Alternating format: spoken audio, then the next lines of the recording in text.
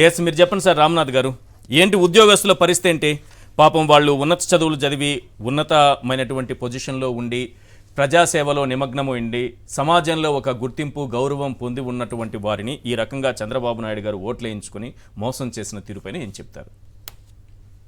ఈశ్వర్ గారు, ఈ జిపిఎస్ కు సంబంధించి గెజెట్ వచ్చినప్పుడు ఈనాడు పత్రికలో రాశారు, మాకేమీ తెలియదు, చంద్రబాబు నాయుడుకి అస్సలు తెలియదు అన్నట్టుగా రాశారు. ఏం రాశారు? పోతూ పోతూ జిపిఎస్ ఫైల్ పైన సంతకం అని పెట్టేసి జగన్మోహన్ రెడ్డి హయాంలో పనిచేసిన ఆర్థిక శాఖ ప్రత్యేక ప్రధాన కార్యదర్శి రావత్ వెళ్తూ వెళ్తూ జూన్ 12న రాజీనామా సంతకం చేసి ఫైల్ మీద సెలవు మీద వెళ్ళిపోయారు. అవును, దానికి సంబంధించి జీవో ఆధారంగానే ఈ శుక్రవారం గెజిట్ వచ్చింది అని ఈనాడులో రాశారు. అంటే ఇప్పటికీ కూడా జగన్మోహన్ రెడ్డి ప్రభుత్వం మీద తుపాకీ పెట్టి కాల్చడానికి ఉద్యోగుల్ని సిద్ధమయ్యారన్నది స్పష్టంగా అర్థం. ఒకవేళ గత నెల 12వ తేదీన రావత్ గారు సంతకం చేసే వెళ్ళి ఉంటే గెజిట్ వచ్చే వరకు తెలియదండి. ఇదే చిన్న అంశమా? రాష్ట్ర ఉద్యోగులందరికీ సంబంధించిన విషయం మీద ఒక గెజిట్ వస్తూ ఉంటే మాకు తెలియదు, ఆ రోజు రావత్ సంతకం చేసి వెళ్ళారు, దాని ఆధారంగా ఈ రోజు గెజిట్ వచ్చేసింది అని ఒక ప్రధాన పత్రిక రాస్తూ ఉంది అంటే దీన్ని ఏమనాలి? ఉద్యోగుల ఆత్మగౌరవం గురించి కూడా మాట్లాడుకోవాల్సి వస్తే సింపుల్ అండి. పవన్ కళ్యాణ్ గారి ఛాంబర్ కి ఒక సిఐ షూ వేసుకొని వెళ్ళారు, యూనిఫామ్ లో అది భాగం. సాయంత్రానికి బదిలీ చేసేసి మరుసటి రోజు పత్రికల్లో గర్వంగా రాయించుకున్నారు, ఒక సిఐ పవన్ కళ్యాణ్ గారి ఛాంబర్ కి షూ వేసుకొని వచ్చారు, అందుకు సాయంత్రానికి బదిలీ అయిపోయారు. అంటే యూనిఫామ్ లో ఉన్నప్పుడు అది వేసుకొని రావడం సహజం. మొన్న ఒక ఎంఆర్ఓ గారిని అడిగానండి, ఏంటి ఇప్పుడు అచ్చెన్నాయుడు ఇలా అంటున్నారు కదా అంటే ఆయన చెప్పిన ఒపీనియన్ ఏంటంటే, మీకు కొత్తగా అనిపించచ్చేమో కానీ ఈ ఎక్స్పీరియన్స్ మాకు చాలా పాతది.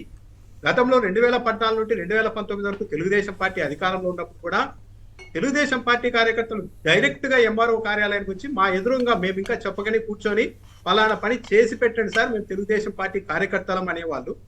కానీ అలాంటి పరిస్థితులు అయితే 2019 నుంచి 24 వరకు మేము వైసీపీ వాళ్ళ నుంచి చూడలేదు, ఇప్పుడు మళ్ళీ తెలుగుదేశం పార్టీ హయాంలో చూడబోతున్నాం అని ఆయన చెప్పారు. దాంతో పాటు జిపిఎస్ కు సంబంధించి జగన్మోహన్ రెడ్డి గారు చాలా క్లియర్ గా చెప్పారు, నేను చేయగలిగే వ్యక్తిని అయితే తప్పకుండా మీకు చేసి ఉండేవాడిని, కానీ ఓల్డ్ పింఛన్ స్కీమ్ తీసుకొని వస్తే ఇంకో 10 ఏళ్ళు 20 ఏళ్ల తర్వాత అయినా కూడా వ్యవస్థ కూలిపోతుంది. 2003లో ఎలాగైతే మొత్తం స్కీమ్ ని ఎత్తేయాల్సి వచ్చిందో అలాంటి పరిస్థితి వస్తుంది. 2040 నాటికి ఓల్డ్ పింఛన్ స్కీమ్ అప్లై చేస్తే ఉద్యోగుల పింఛన్లు జీతాలు తప్పనిసరిగా ఖర్చు చేయాల్సిన వ్యయం మొత్తం కలిపి రాష్ట్ర సొంత రాబడిలో 181% వెళ్ళిపోతుంది. ఆ తర్వాత ఎవరు ఏం చేయడానికి ఉండదు. మళ్ళా 2003లో లాగా మొత్తం స్కీమ్ ఎగిరిపోయినట్టుగా ఎగిరిపోతుంది. కాబట్టి దానికి తోడు ఇంకో విషయం చెప్పారు, సిపిఎస్ తో మీకు న్యాయం జరగదు, అది కూడా ఒప్పుకుంటున్నాం, కానీ సిపిఎస్ కంటే 70% అధికంగా మీకు ప్రయోజనాలు కలిగేలాగా ఆఖరి జీతంలో 50% వచ్చేలాగా పింఛన్ స్కీమ్ తెస్తామని చెప్పారు. ఇప్పుడు ఎక్కడ తెలుగుదేశం పార్టీ ఎక్కడ వాడుకుంటుంది వైసీపీ విధానాన్ని సక్సెస్ఫుల్ గా అంటే, జగన్మోహన్ రెడ్డి ఒక విధానాన్ని నూతనంగా తెచ్చినప్పుడు దాని పరిణామాలు లాభాలు నష్టాలు ఎలా ఉంటాయనేది టైం పడుతుంది తెలుసుకోవడానికి. ఆ టైం కూడా ఇవ్వకుండా జగన్మోహన్ రెడ్డి తెచ్చిన విధానాలన్నీ ఒక తప్పుడు విధానాలు, మమ్మల్ని గెలిపించండి ఇవన్నీ సెటరేట్ చేస్తామని చెప్పుకుంటూ వచ్చారు. ఈరోజు తీరా ఏం చేశారు? రావత్ సంతకం పెట్టారు కాబట్టి గెజిట్ వచ్చింది అంటున్నారు. రావత్ గారు ఏమన్నా రాష్ట్రపతి అండి? పెద్ద పెద్ద చట్టాలని మేము రివర్స్ చేసేస్తాం కొట్టేస్తాం అని అంటున్న ప్రభుత్వం చంద్రబాబు నాయుడు గారి ప్రభుత్వం, మరి ఈ విషయంలో ఎందుకు మాట్లాడడం లేదు? రద్దు చేయొచ్చు కదా సార్, అది బయటకు వచ్చిన ఏమంటున్నాయి కాదు కాదు రామ్నాథ్ గారు, ఎమ్మని వాళ్ళు వచ్చిందన్నారు బయటకు, ఆయన రిలీజ్ చేశాడు. ఇప్పుడు చంద్రబాబు నాయుడు గారు ముఖ్యమంత్రి కదా, వేస్తే అది లేదు దాన్ని రద్దు చేస్తున్నాం మేము అని స్టేట్మెంట్ ఇవ్వచ్చు కదా. ఇవ్వరండి, అదే అసలు దాని మీద డిబేటే లేదు ఎక్కడ కూడా ఆందోళన. ఇంకా ఒక్క విషయం ఏంటంటే, అసలు ఉద్యోగుల పట్ల చంద్రబాబు నాయుడు గారి వైఖరి ఎలా ఉండేది అన్నది కూడా చూడాలి. ఎప్పుడైతే పొలిటికల్ సీన్ లోనికి వైఎస్ఆర్సీపీ వచ్చిందో ఈ పొలిటికల్ పోటీతనం కారణంగా కొద్దిగా చంద్రబాబు నాయుడు గారు ఉద్యోగుల పట్ల చాలా అనుకూలంగా ఉన్నట్టు మాట్లాడుతున్నారే కానీ, కాస్త ఫ్లాష్ బ్యాక్ లోకి వెళ్తే 2004లో తెలుగుదేశం పార్టీ ఓడిపోయిన తర్వాత ఇక మళ్ళీ మనం అధికారంలోకి రాము అని అనుకున్నారో ఏమో కానీ, చంద్రబాబు నాయుడు గారు తనలోని అంతర్గతంగా దాగి ఉన్న ఎమోషన్స్ ని భావోద్వేగాల్ని అభిప్రాయాల్ని మొత్తం ఒక పుస్తక రూపంలో రాసేశారు.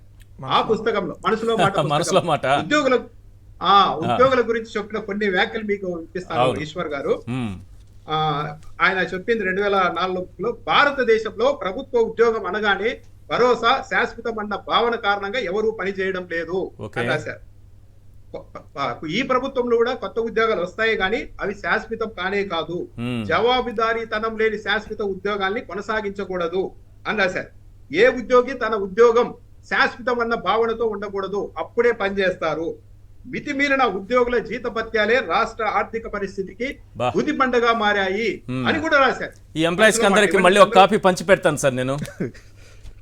చంద్రబాబు నాయుడు గారు రాశారు. ఇంకా చెప్పారు, రాష్ట్ర ప్రభుత్వాలు అనేవి ఉద్యోగుల చేత ఉద్యోగుల కోసం నడిచే ఒక సంస్థల్లా మారిపోయాయి అని చెప్పారండి ఉద్యోగుల గురించి. అంటే ఎంత అద్భుతమైన గ్రంథం కదా అది. అప్పుడు అప్పుడు అంటే మనుషుల మాట.